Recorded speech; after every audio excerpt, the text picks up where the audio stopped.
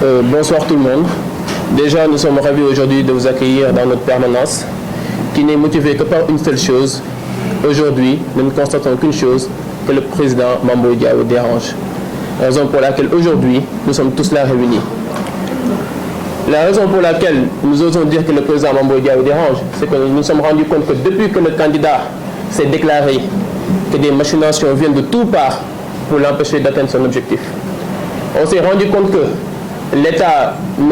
fait tous les moyens nécessaires et met en place tous les moyens nécessaires rien que pour empêcher à ce dernier d'atteindre la magistrature suprême. Et aujourd'hui, le dernier cas qui est survenu, c'est le cas de Adama Fall,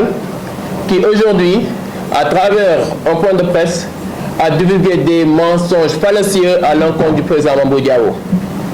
Ce dernier, qui prétend détenir une clé de parrainage, dit-il. Mais tout le monde sait que les clés de parrainage sont numérotées et que nous, notre numéro, c'est le numéro 157. Il n'a qu'à montrer à la face des Sénégalais la clé qu'il détient, parce que nous, la clé qu'on a reçue de la DGE, elle est là. Elle est bien là. Mais vous savez, M. Adama Fall est réputé pour ça. Il est réputé pour ne pas être un politicien crédible. Il est réputé pour être versatile. Il est réputé pour n'avoir aucune conviction politique. Et c'est ça qui est dommage. Si aujourd'hui au Sénégal, on en est encore là à ce stade, c'est parce que nous avons encore ces genres de politiciens aujourd'hui. Mais nous, notre politique est basée sur des convictions, est basée sur des valeurs. Et toute personne qui ne partage pas avec nous ces valeurs et ces convictions ne peut pas rester avec nous. Et c'est ce qui est arrivé. M. Adama Fall n'a jamais déposé de fiche de parrainage ici au sein de la permanence, jamais. Même au sein de la Médina qu'il prétend être, il n'a même pas plus de 2 personnes derrière lui. Qui connaît une base politique à M. Adama Fall? Si ce n'est juste de réclamer qu'il est de Médina, si ce n'est juste de se réclamer être derrière certaines forces politiques. Donc, quand il a décidé de rejoindre le président Mamboy Diao, nous étions déjà au courant que c'était un potentiel traître, si je peux ainsi dire. Et c'est aujourd'hui ce qu'il nous a montré. Il a été certes le délégué régional de Dakar, mais depuis le 26 octobre, officiellement, nous lui avons démis de ses fonctions pour la bonne et simple raison que, malgré que nous sommes dans l'opposition, sachez que nous sommes même plus informés que le chef de parti Amadou Ba de ce qui se passe au sein de son parti politique. Nous sommes au courant de toutes les machinations qui sont contre nous. Nous sommes au courant de tout. Maintenant, dans sa quête, évidemment, il a essayé d'emporter avec lui, selon-il, certains délégués régionaux. Mais savez une chose, jusqu'à l'échéance du parrainage, on a la capacité de pouvoir changer nos délégués régionaux. On a la capacité de le faire. Ceux qui sont partis, on a pris acte, il n'y a aucun problème, mais on a la capacité, encore une fois, de les changer. Ça, c'est une chose. Et la deuxième chose, ces gens-là qui étaient avec lui n'ont aucune représentativité au sein de ce mouvement. Aucune. Personne ne les connaît même parmi ceux qui sont là. Donc, nous savons que nous sommes dans des contrées pas très sûres. Parce que si aujourd'hui, le président Mamboy Diao est victime de toutes ces machinations, c'est juste parce que c'est à cause d'une chose, c'est parce qu'il dérange. Aujourd'hui, le président Mamboy Diao est le candidat le plus sérieux, le candidat le plus établi. Il est celui qui, aujourd'hui, ils savent très bien que s'il dépasse le cap des parrainages, il n'y a aucune raison pour qu'il ne soit pas le 5e président du Sénégal. Raison pour laquelle ils font de leur mieux pour l'empêcher d'atteindre, en fait, ce cap des parrainages. Mais ils n'ont qu'à savoir une chose. S'ils ont, aujourd'hui, ils prétendent avoir une clé, nous leur donnons même l'autorisation de montrer ce qu'il y a dans ces clés. On leur a vu lors de leur conférence de presse avec quelques fiches et des caisses vides. C'est ça la vérité. Ces caisses sont aussi vides en fait, que leurs convictions et même leur engagement qu'ils n'ont jamais montré au sein de ce mouvement. Raison pour laquelle nous, on a su dès le début à quel genre de personnes on a eu affaire. Maintenant, juste nous voulons rassurer les Sénégalais du fait que nous maîtrisons nos bases de données. Aujourd'hui, la clé que compte les parrainages, elle est bien là avec nous. Elle n'est nulle part ailleurs. Aujourd'hui, nous savons même que certaines machinations ont fait qu'ils ont même voulu attaquer là où on saisit nos parrainages. Raison pour laquelle le président a même changé la serrure en fait, de ce dit lieu. Donc, tous les jours, à toute heure, nous sommes confrontés à des choses qui viennent vers nous et qui ne sont motivées que par une chose. Parce qu'aujourd'hui, le candidat Amadou Ba, qui est l'un des candidats les plus impopulaires, ne trouve rien d'autre à faire que de vouloir venir démarcher les gens qui sont avec nous. C'est à là qu'ils s'en sont réduits actuellement. ils n'ont pas de programme sérieux à donner aux Sénégalais, ils n'ont pas de discours portant qu'ils ont à donner aux Sénégalais, mais ils n'ont identifié que le candidat qui potentiellement, avec tout ce qui est derrière lui, le prochain président, donc il décide de prendre des éléments dans ses rangs. Maintenant, le président Mame Boye Diao, lui, c'est une personne de conviction. Et il n'avancera qu'avec des personnes de même augure que lui. Ça, c'est pour rassurer les Sénégalais. Nous sommes au courant des centaines de millions qu'il donne. Nous sommes au courant des voitures qu'il donne. Et même qu'il propose à certains qui sont ici dans notre mouvement.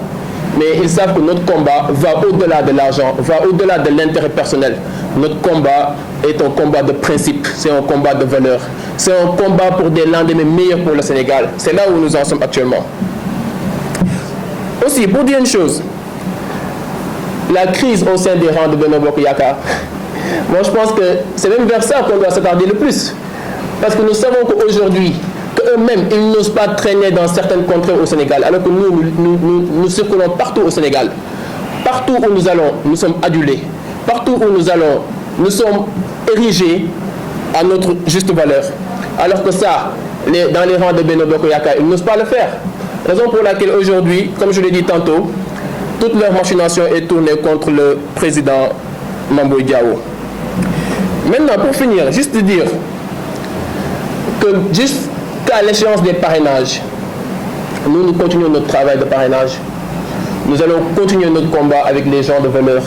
des gens de principe, avec les gens qui aujourd'hui sont avec nous pour un Sénégal nouveau. Et bien évidemment, tout autre aventurier politicien que ça puisse être ne peut demeurer avec nous. Parce que les valeurs que nous incarnons sont des valeurs d'abord intrinsèques chez une personne. Si une personne ne les a pas, elle ne peut pas en fait véhiculer avec nous ces messages-là. Raison pour laquelle, que ce soit Adama Fall, que ce soit qui autre, bien évidemment, ce ne sont pas des choses qui nous empêcheront d'atteindre notre objectif. Maintenant, il y a l'un d'entre eux qui s'est déclaré être le secrétaire général, dit-il, disant même que c'est un poste très important, certes, mais nous rappelons qu'il n'a jamais siégé en tant que secrétaire général dans cette coalition, jamais. Il n'a jamais siégé. Donc, nous n'allons pas nous rabaisser à son niveau à le répondre, mais juste dire que nous allons continuer notre visée et notre combat avec des gens qui incarnent les valeurs que nous incarnons, les principes que nous incarnons. Merci beaucoup.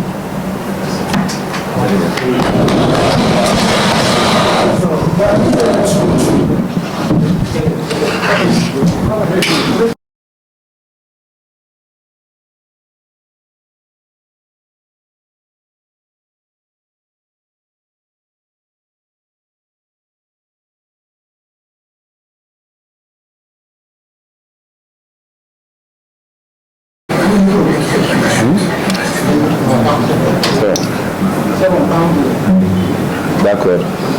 Asalaamaaleykum ñu ngi leen di nuyu yéen ñëpp seen tur ak seen sant di remercier personnel médiatique de la presse bi nga xam ne ñoo leen wuyu si tey jii suñu point de presse fii si suñu siège coalition Diao 2024 le Sénégal en mouvement di nuyu camarades jeunes yi nga xam ne yëpp ñu ngi ci salle bi tey ñëw teewee point de presse bi di wax ne li tax ñu woote tey point de presse dafa fekk ne dañoo nekk en politique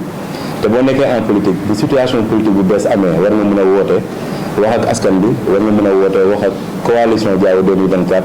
woo militants yi woo camarades yi woo sympathisants yi wax ak tamit li nga xam ne tey jii mooy opinion sénégalaise di wax ne tey ñu ngi en politique te kuy wax politique wax ne politique train buy daw la train buy daw nag saa su nekk dina am ñuy yéeg am ñuy wàcc politique train la buy daw arrêt bu mu yegg am ñuy yéeg am ñu wàcc di wax ne buy wax ne politique lépp a ngi ci biir politique ku juban ci biir ku baaxan ci biir ku bonan ci biir politique tey jii bu ñu koy wax di fàttali histoire politique sénégalaise dañuy rappeler ne histoire politique sénégalaise l'histoire est faite de trahison yoo xam ne que tey jii boo xoolee ascension Ablaye Wade pendant 26 ans muy mën ay combat politique bëri na ñu ko waroon ci yoon bi te bi mu yeggee au pouvoir ñoo ñëwaat bokkaat ak moom nguur gi àndandoo ak moom géré di rappeler ne le président Macky Sall bi mu nekkee ci yoonam nekk doomu Fatick bëri na ay doomu Fatick yoo xam ne dañ ko waroon dañ ko jàppale ci combat bi wala ñu dugg ba ci biir nguuru Ablaye Wade rocci waat leen ñu daal di wane ginnaaw dem topp Ablaye Wade bàyyi Macky Sall mais bi Macky Sall faloo dafa ubbiwaat ay buntam yaatal boole leen ci nguur gi mun nañ ci lim ñu bëree bëri kon tey bu ñu demee ba fii ku toll ni président El Hadji Mamadou Diawo am jaar-jaar bu mu am carrière bu mu am yoonam boo ko ci benn boo ko yaakaar ñu dem ba foo xam ne dañu faa toll maanaam li may faral di rappeler la déclaration du 3 juillet président Macky Sall ne moom jeexal na fii la yoonam yem président El Hadji Mamadou Diawo yàgg nekk un leader jeune sociable généreux ouvert yàgg ubbi ay buntam ci ndawu APR surtout jël la responsabilité sur lui-même de dire damay dem à l'élection présidentielle parce que am naa gis-gis bu mu bëgg indi Sénégal damay dem à l'élection présidentielle parce que Sénégal bëri na fi loo xam ne tey ji mu ngi fiy sooxe ma gisoon ni ci nguuru Macky daanu dajul suuf Macky Sall ci fukki at lépp li nga xam ne tey ji amoon na ko ci yéene Sénégal amaana mënut a def lépp amaana mënut a mottali lépp président Mame Diao yàgg nekk ki nga xam ne dafa jege woon président de la République yàgg ànd ak moom dans les missions def le territoire national nekkoon le directeur de campagne en 2017 ànd ak le candidat Boun Abdallah Dionne tête de liste nationale def le tour du Sénégal ñëw en 2019 Macky Sall teg directoire de campagne de 3 personnes à savoir la présidente Aminata Touré Souleymane Jules Diop bii di wax barki démb ak kii nag bi di wax le président El Hadji Mamadou Diawo pour dire que jaar-jaar boobu noonu daf ko may expérience jaar-jaar boobu noonu daf ko may mu wër Sénégal wër le territoire national te ku wër Sénégal wër territoire bi nga xam fii sooxe fii yëf yi baaxee ak tey jii bu ñu jëlee réew mi lan lay war a jooyante Mame Diao yàgg accompagner un président de la République am expérience boo xam ne am na ko tey président de la République dem ba tekki nombal tànkam ne man dematuma président Mame Diao jël responsabilité sur sa personne ne man dinaa dem ci Sénégalais yi présenter leen programme présenter leen vision présenter leen gis-gis tey jii Sénégal li fi sooxe dafa bëri mun na ne tey jii barki démb ñuy wax problème immigration clandestine pour dire que bu dee politique de jeunesse échec dafa am bu fekkoon tey jii am na réussite duñ dem ba en 2023 xale yi di jël gaal gi buñ demee ba en 2023 jigéen ñi financement yi ñu doon jooy démb ak barki démb moom lañ ko ne di jooy président Mame Diao taxaw tey jii mu ne man de les femmes autonomisation des femmes am na lu ci Macky Sall def waaye man am na lu ma ci mën a indiwaat ba ci cadre boobu je pense si la tegee programme bay wax ne que dans le futur su ma jotee réew mi naa teg li ñuy wax la banque nationale des femmes pour autonomiser les femmes pour dire que leader bi ñu àndal ñun ñu gëm ko nekk ay ndaw dafa nekk leader bu am vision am gis-gis am yéene ci Sénégal ci kaw yéene boobu nag ay ndaw dañ ko ciy jàppale ay jigéen dañ ko ciy jàppale ay mag ak ay xale te tey ji boo xoolee salle bi ñu la wër ñëpp ay ndaw ñoo fi nekk ñu koy sante yàlla siège bi ñu nekk tey bi ñu ko ubbee ba tey président Mame Diao déclaré candidature am saa su nekk boo xëyee suba ba ngoon dañuy recevoir ay audience de 8h à 4h du matin ba ci parrainage yi ñu toll nii chaque jour ngeen gis ay dépôt de parrainage fii si biir siège bi parrainage yi kenn ku si ne si ñun boo xoolee ST WhatsApp am da ngay gis muy partager en direct le dépôt des parrainages pour dire que li ñuy liggéey nekk na loo xam ne askan bi yëpp ñu ngi koy seede te li ñuy liggéey tamit ñu ngi koy tax askan bi ak opinion sénégalaise bi di ci teg seen bët di delluwaat di wax ne li ma waxoon sànq rek histoire politique moom boo ko xoolee trahison moom histoire politique ñoo ànd waaye loolu terewul ñun ñu ànd ak Mame Diao dëggu fas yéene ànd ak moom ba keroog yóbbu ko à l'élection présidentielle fas yéene fexe ba def ko le 5e président de la république fi ñu toll nii muy wàllum parrainage bi nga xam ne moo waral coow li dañuy rappeler la jurisprudence Djibril Ngom ki fi jëloon ay parrainage ñu yóbbu ko palais présidentiel di rappeler ne nit yàgg na fee ne ci parti liggéey ànd ak ñoom ba si yàgg daal di roccee ko dem di jàppale keneen di ñëw ci kaaw ñi fi doon def point de presse tey dans la journée di wax ne dañoo bàyyi coalition Mamadou Diao dem jàppale le candidat du parti au pouvoir ñun ba ñuy liggéey président Mame Diao dafa jël doomu Fatick muy Massène Papa Gueye ñu jox ko ne ko yaay sama mandataire national ba si léegi rek daaw de mi nga xam ne moom mu jiitu ci parole bi le coordinateur des jeunes war na leen clé bi nga xam ne tey jii moom la ñu la DGE remettre candidat bu nekk ak sa clé bi nga remettre ak sa numéro candidature boo jëlee tey jii parti au pouvoir ka leen ñuy représenté clé boo demee xool da nga ciy gis le numéro 117 nga ñëw ci candidat El Hadji Mamadou Diao boo xoolee clé bi ko nga xam ne tey jii moom léppam fii la war a nekk clé bi numéro baa ngi nii 157 la donc keneen ku dem bëgg jaay sa bopp wala bëgg wan nguur gi nag am na lu ma tëyee ci président Mame Diao dañuy wax askan bi ne ñee doon wax tey téyewuñ dara loo xam ne tey jii mën na yàqal Mame Diao lu toll ni bën mbiri puso parce que Mame Diao am na carrière am na jaar-jaar ñun ñi mu àndal dañu nekk ay acteur politique te ba ñuy jug di ànd ak moom xamoon ne ñan la ñuy jàkkaar lool ba ñuy jug di ànd ak Mame Diao dañoo xamoon bu baax ñan la Mame Diao di jàkkaar lool régime bi fi nekk seeni pratique ñëpp xam neen ko buñ la mënul jënd ci alal la koppar wala teraanga àdduna jaar tuumal la fii dañ fay am ay jurisprudence te tamit régime boobu may wax ni tey jii nii bu ñu xooloon seen diggante ak Ousmane Sonko ci kaaw Adji Sarr xool seen diggante ak Djibril Ngom mi sàccoon parrainage dem déposé ko am na pratique yoo xam ne régime bi tey dafa war a rompre ak moom et c'est malheureux que ñu dem ba en 2023 Macky Sall mi nga xam ne moo ñu doon jiite dem ba dellu ginnaaw parce que xam na ne lu bëri askan bi nangootu luñ ko Benno Bokk Yaakaar li gën a probable jamono bi ñu toll mooy Benno Bokk Yaakaar bu demoon élection mën naa am deuxième wala troisième sax du ko génn tey jii nii bu ñu ñëwee ñu ne coalition Diao 2024 c'est une coalition qui a seulement 3 mois d'existence 3 ou 4 mois d'existence nga gis coalition boo xam ne dafa am 10 ans au pouvoir di trembler devant la coalition Diao 2024 parce que dëgg neexul na loolu moo am coalition Benno Bokk Yaakaar dafa nekk di trembler devant la coalition Diao 2024 bu ñu demee ba ay nit yu bokk ci Mamboy ñu dem di leen jéem a récupérer ñenn ñu leen jox ay teranga pour xëcc leen boole leen ci kon xanaa li nekk ci parti au pouvoir dafa bëreetul wala parti au pouvoir moom la mu yor ci ay moyens ressources humaines daf koo doyatul bu ñu liggéeyoon nag jaar fi ñu war a jaar jox li ñu war a jox askan bi jàppale ndaw ñi jàppale jigéen ñi je pense que duñ toll situation bi ñu toll nii di rappelé ne Mame Boye Diao ba muy nekk candidat woowu ci ma Samba woowu ci ma Demba ne la ma kaay jàppale ma waxatuma la nag ku bokk APR ñu ni déw APR leen bokkoon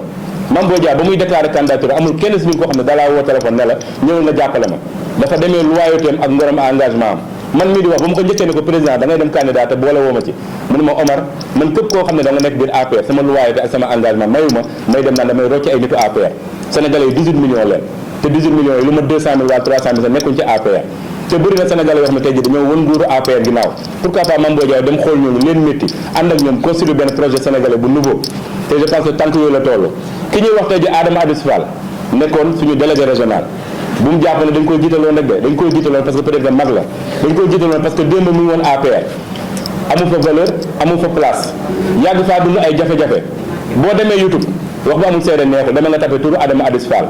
boo tapé turam démission ci topp Adama Adis Fall dafa min démission